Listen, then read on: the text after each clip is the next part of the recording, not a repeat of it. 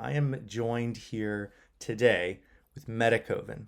And Metakovan has started something called Metapurse, which is half a fund and a production house for NFTs and insanely cool projects. The most recent big deal of a project that rattled through the entire NFT space was the B20 collection. How's it going today, Metakovan?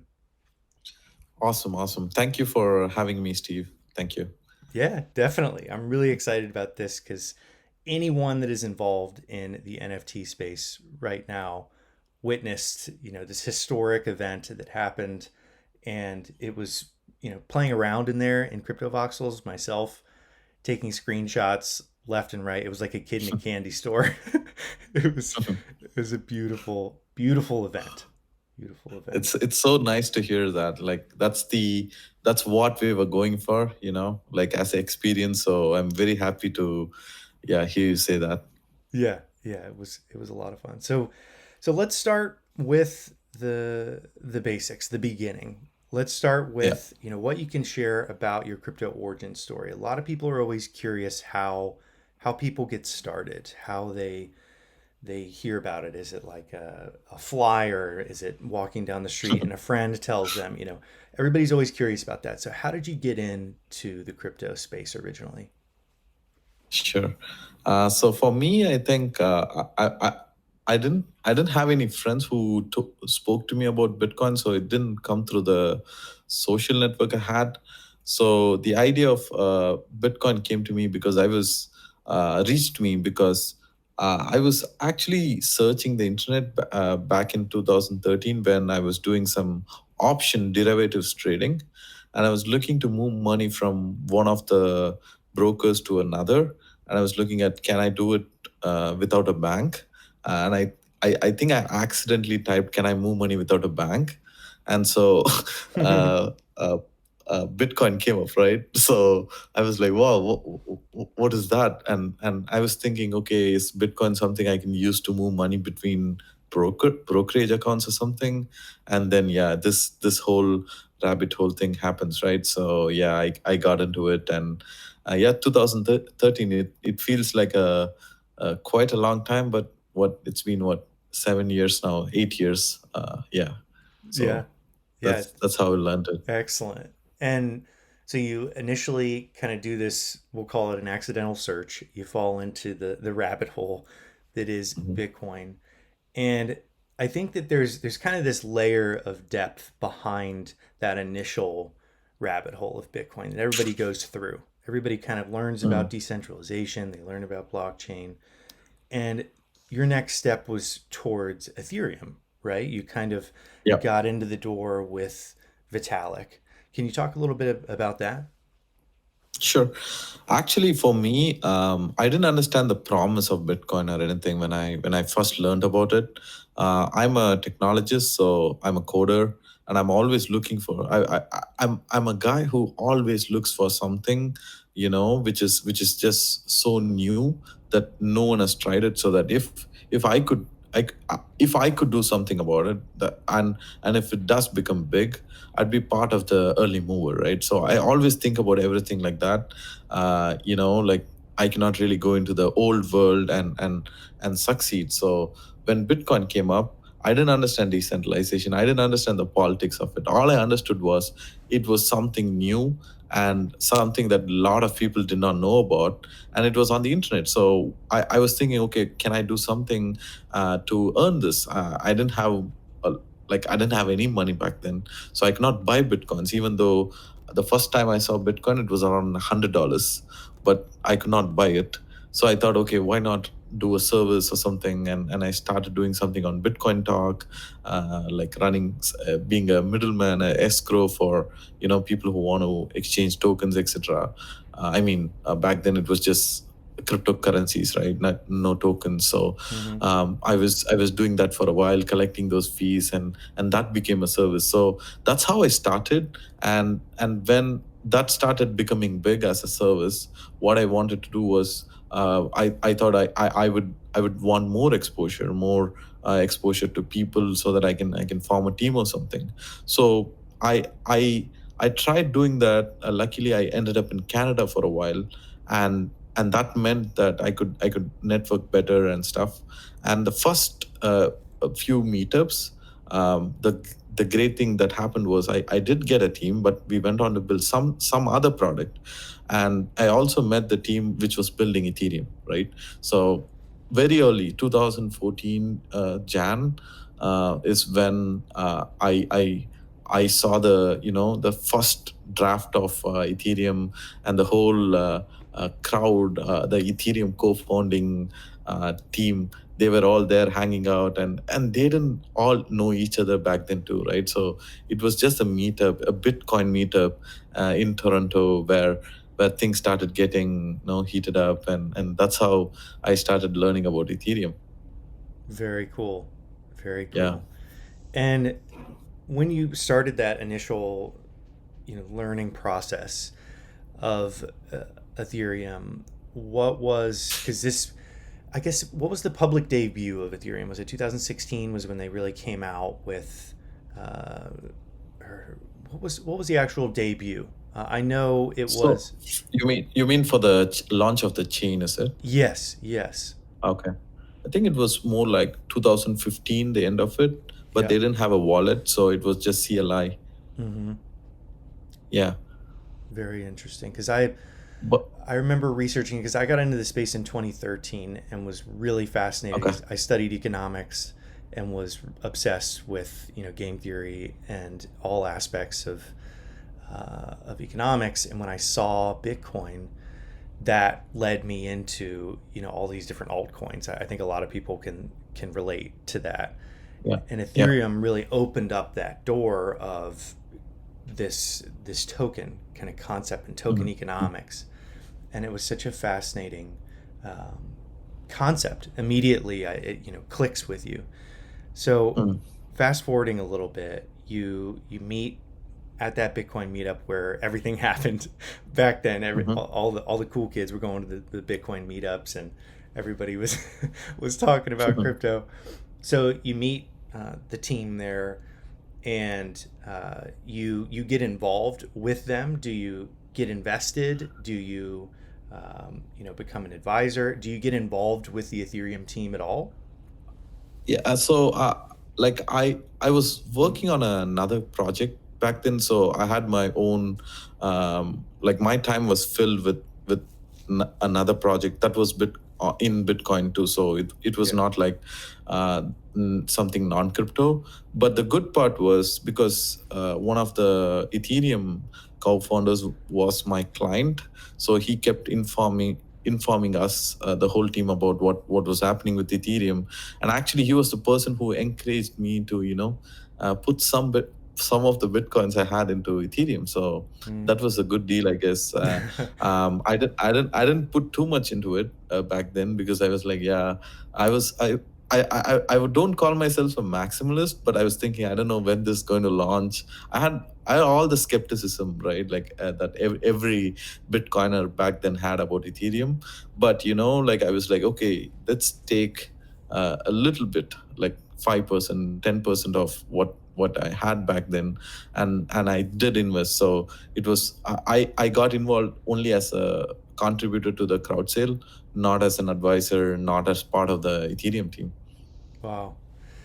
Wow. So just investing that early on in the Mm. crowd sale is a pretty monumental and life changing investment.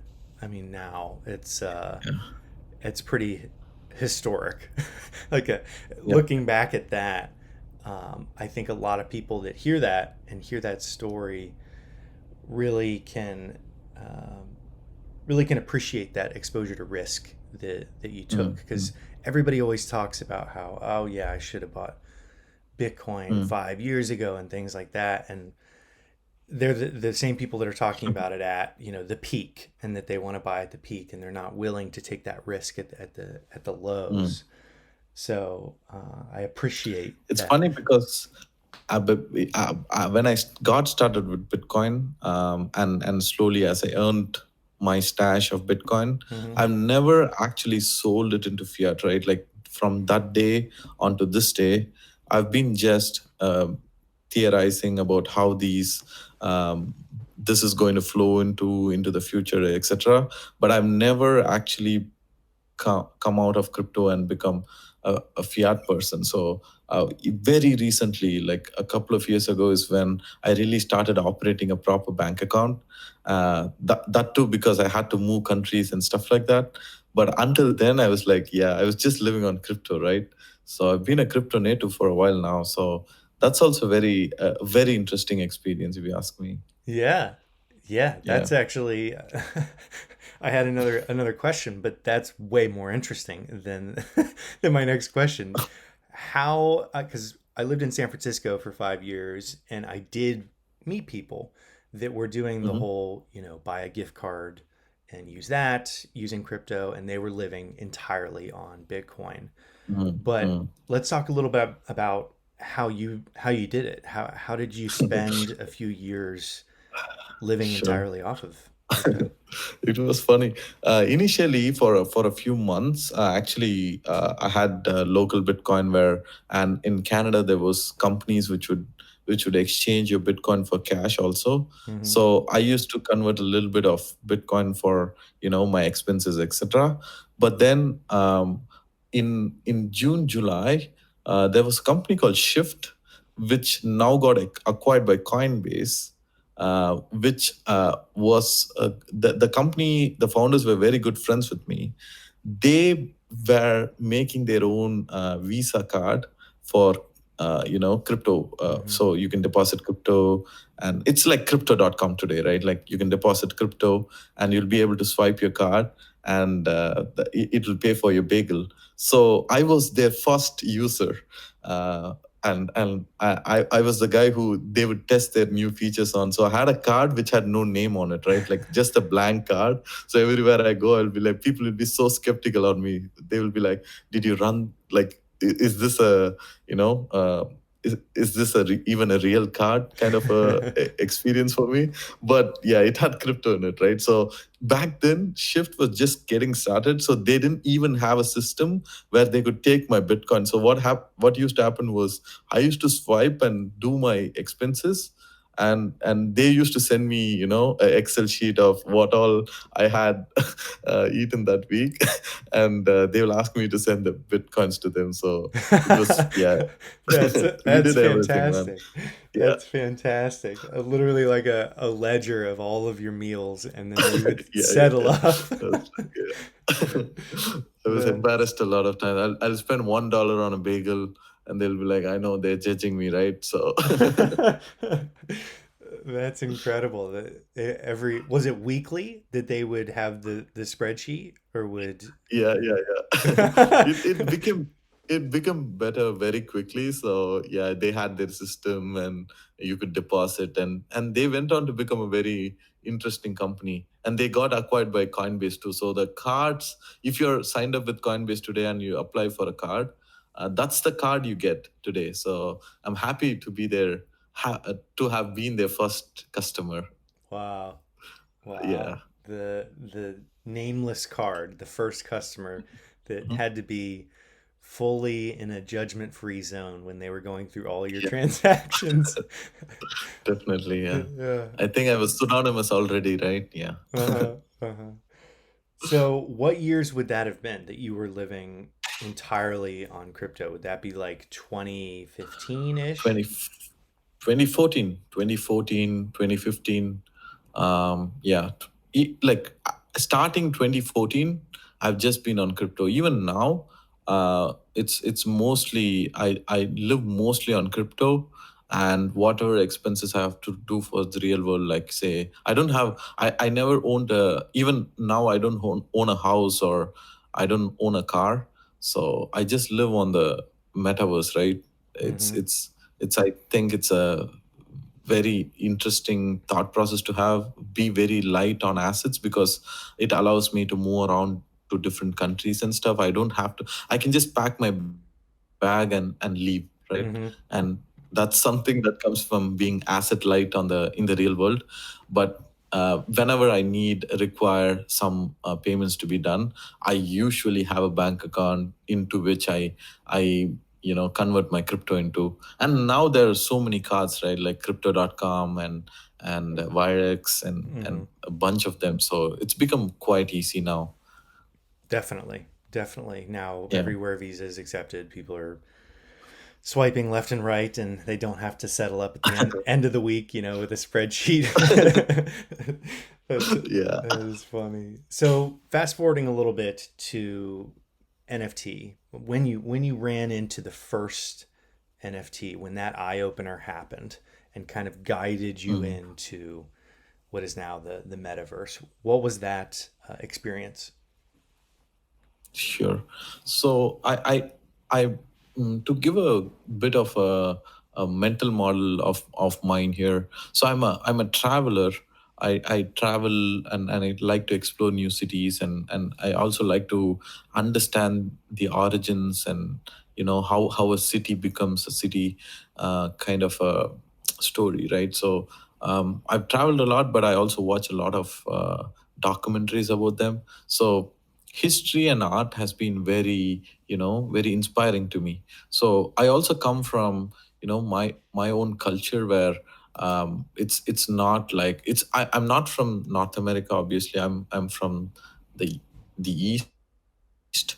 So where it's not like the popular culture of the world, right? So whenever I used to travel, I used to think, why is one culture more represented or more accepted than the other cultures? And I would always find that funny. So I will look into history and try to understand how these soft powers and all these things came to happen.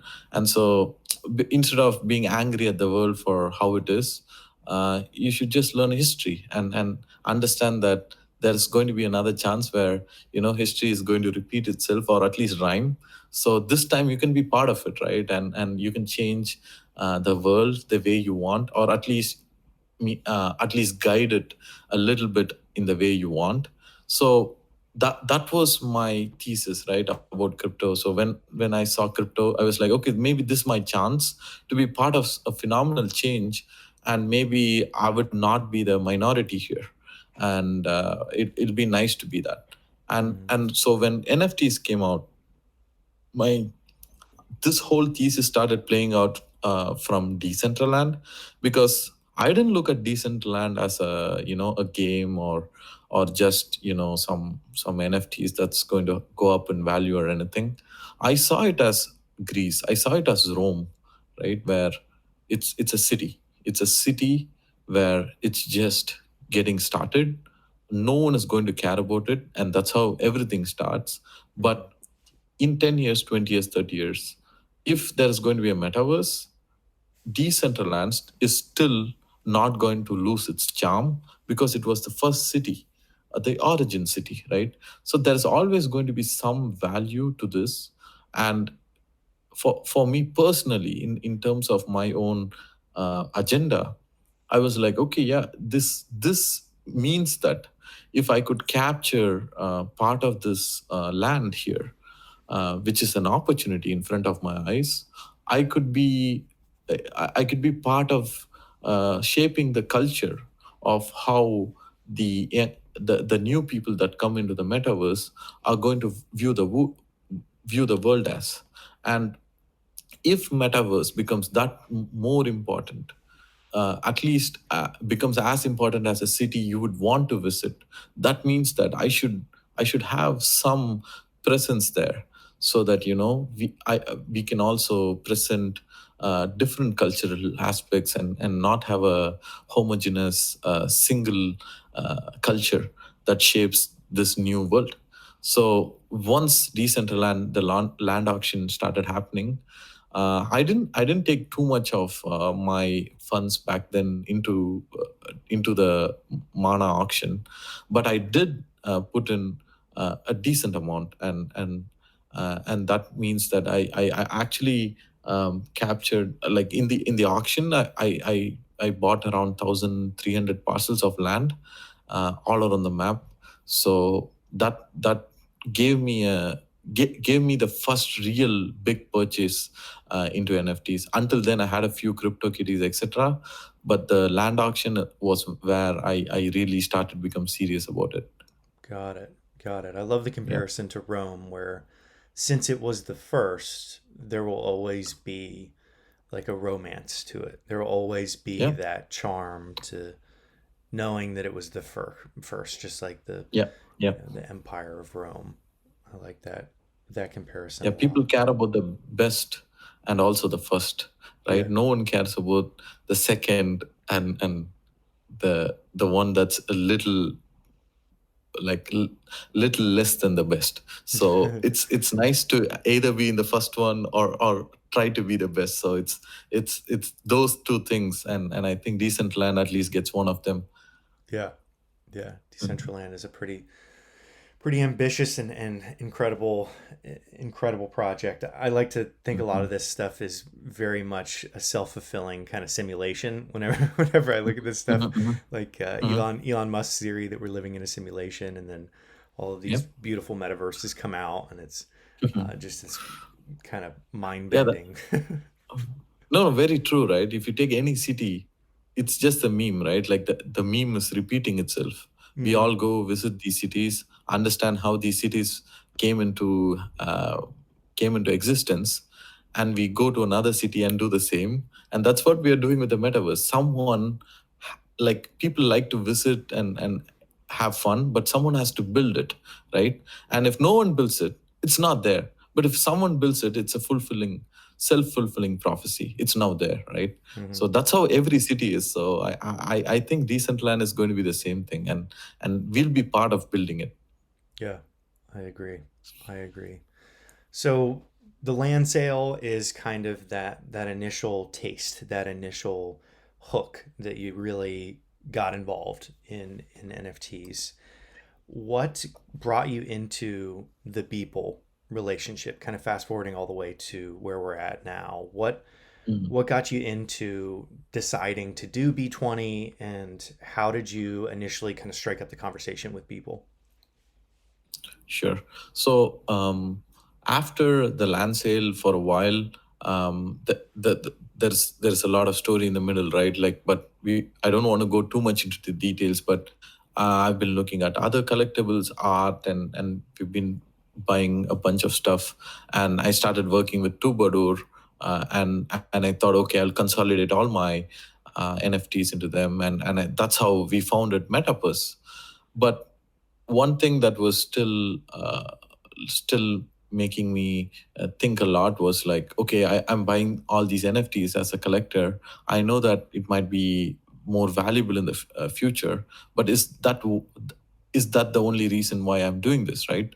And what really excited me was, we had access, like NFTs, where access to great artists. So if you go into Decentraland and crypto voxel and try building something, right? Like you put the bricks together, you put something together, or if you want to draw something, you try doing it on Illustrator or something, and what you'll quickly understand that, like, not everyone is good at everything, right?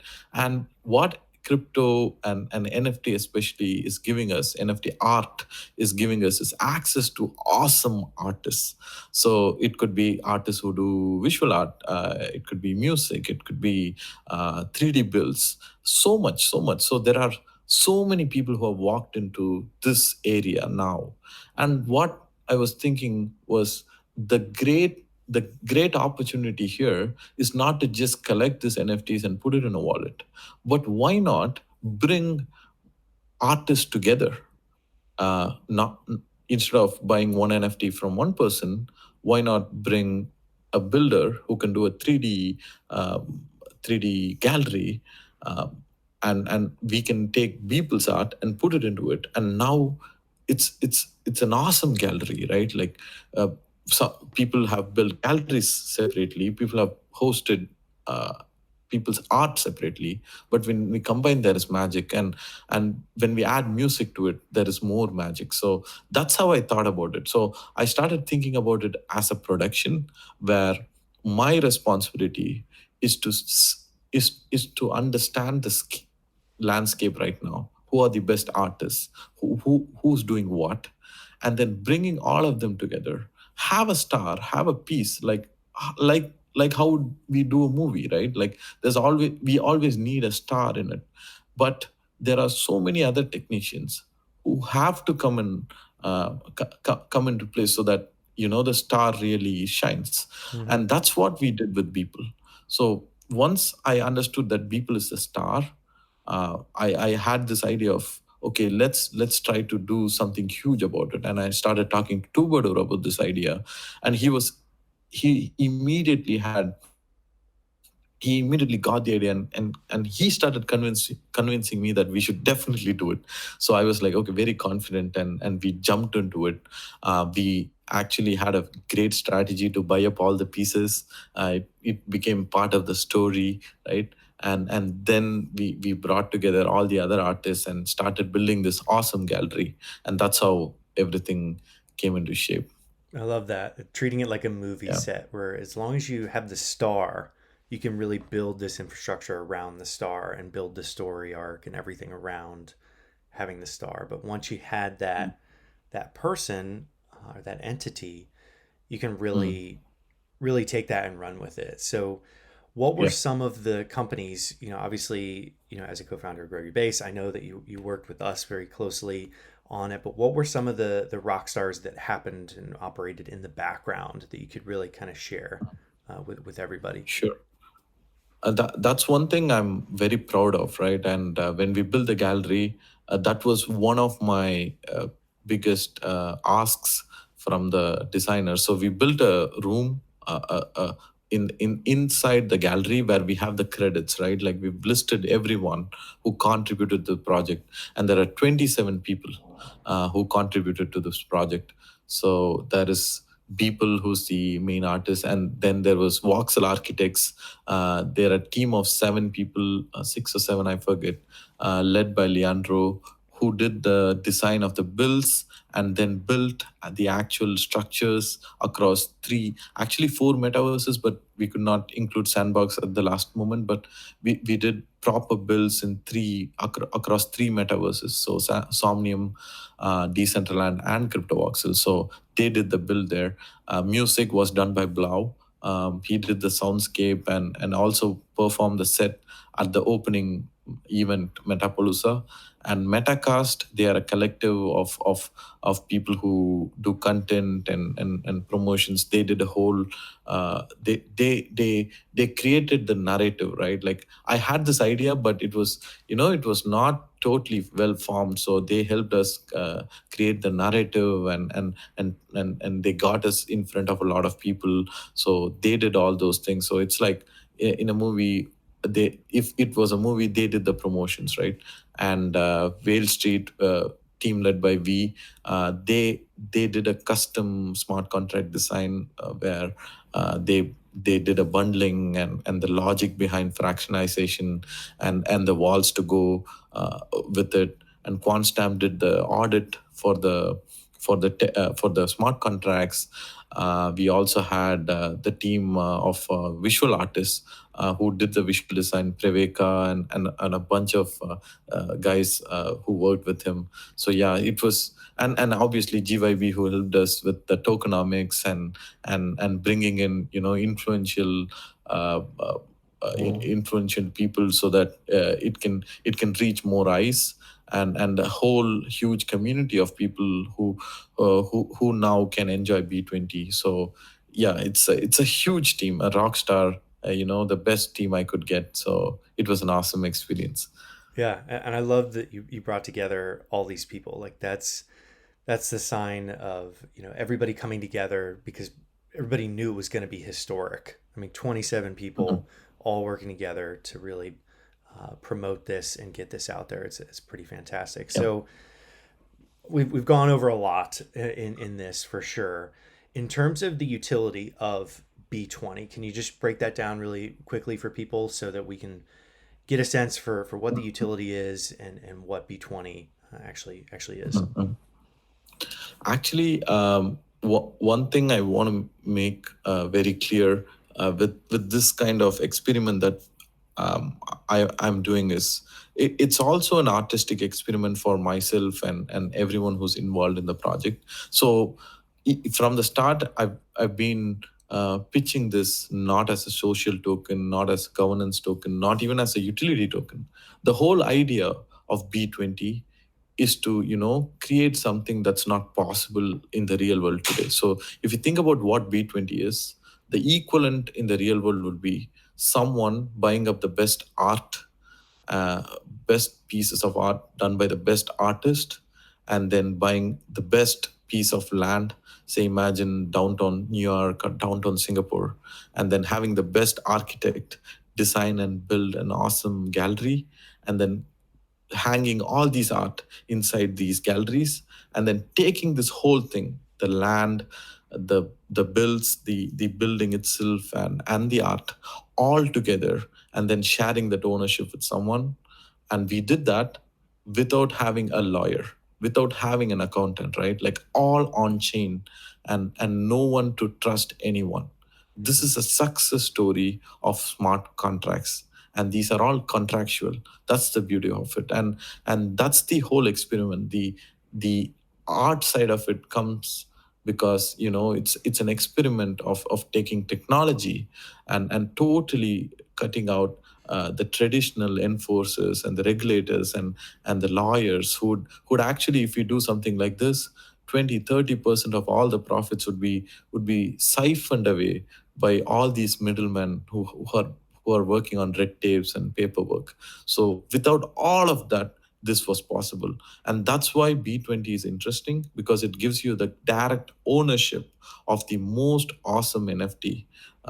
It's the most awesome artwork, and it also gives you exposure to the best parcels in CV, in Somnium. In Somnium, it's the middle of the island. In CV, it's in Frankfurt. In Decentraland, it's in the middle of two awesome, big, huge districts where the value of those land that we purchased was upside of $100,000. So an individual might not be able to afford it right now. It's already up there, but buying a piece of B20 means that you get exposure to all of this, and that's it, right? Like we didn't really go into thinking about a token where there's utility or something. It's just plain ownership, a share in the ownership of all these underlying assets.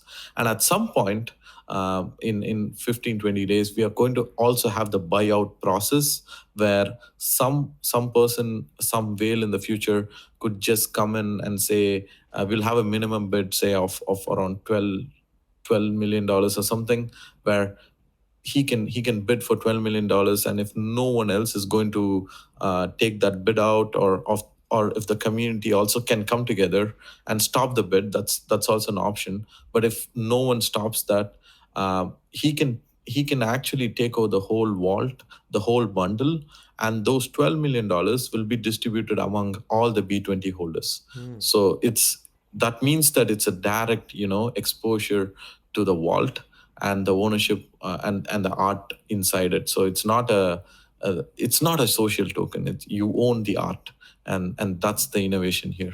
Yeah. Yeah. And I've talked to Tubador in the past actually about, my mom is a visual artist. She's been a visual artist all my life with painting, and the intent is always so Mm, important. The intent of an artist's original piece that they are selling to someone. If somebody makes a digital rendering of it or something like that, and they're selling it on a different market, the intent isn't there.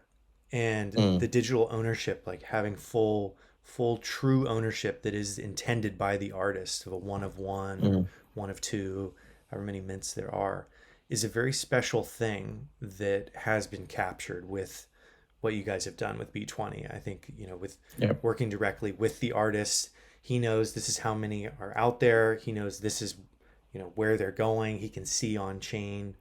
And I think it captures something that's never been captured before, which Yeah. is the true original piece is Mm, being tracked openly, and I think that yeah. that's a very special innovation in, Yeah. in my opinion. And if you think about the project itself, There is around, like, say at this point it's valued around like what 550 cents or something a B20, Hmm. which puts the whole project at $5 million, right? Like, this is a huge achievement if you think about it. Like, it's just everything here is just virtual, but because of that much of effort and intent, as you said, of all these artists, it's not just people, right? Like, it's everyone who came into this project that made this a success. And I'm very happy to see that, it's having such a beautiful reception, and so much love from people. Over 560 people now have B20 tokens, and I'm very happy about that. That's awesome. That's awesome. Yeah. Well, we've covered a ton on this episode, and we got deep on your background, on what led you to, going from the living fully on crypto for a while, and traveling around all the way to starting B20. Where can people go and learn more about B20 as a fund, as a production house? Where can they go and learn more? Sure. So our website is metapurse.fund, MATAPURSE.FUND. And yeah, that will have information about the fund itself. And if you go to b20.metapurse.fund, you'll have all the information about B20. You'll see links to the galleries. If anyone has not still not visited the galleries, you should know that it's free, it's open, anyone can just visit it, look at all these art pieces, and yeah, you should experience it for sure. I'm a huge fan of what's been built in Decentraland, so make sure that you don't miss that. So that's one thing I want to say. And yeah, we run a Troubadour is very good with words, so you might be interested in reading the newsletter that comes out. It's called the Metapurser. Metapurser.substack.com is where you'd be able to sign up for that, and even read all those articles we published during the launch of B20. So that's one place. Twitter is a great place for you to follow Metapurse. So that'll be at Metapurse. I'll be at Metakovan, and Troubadour at Troubadour. So yeah, that's probably everywhere. Awesome. Awesome. Well, wherever you guys are listening to this, the links will be in the descriptions below. All links to the Crypto Voxels event that B20 had will be there, and you guys can go and check it out for yourself. But thank you so much for coming on the show, Metakovan, and sharing your story. I know a lot of people out there were really interested after this huge event took place, but thank you so much for coming on. Thanks a lot, Steve. I enjoyed it was very relaxing. It was you. You are a very nice host. Thank you for having me.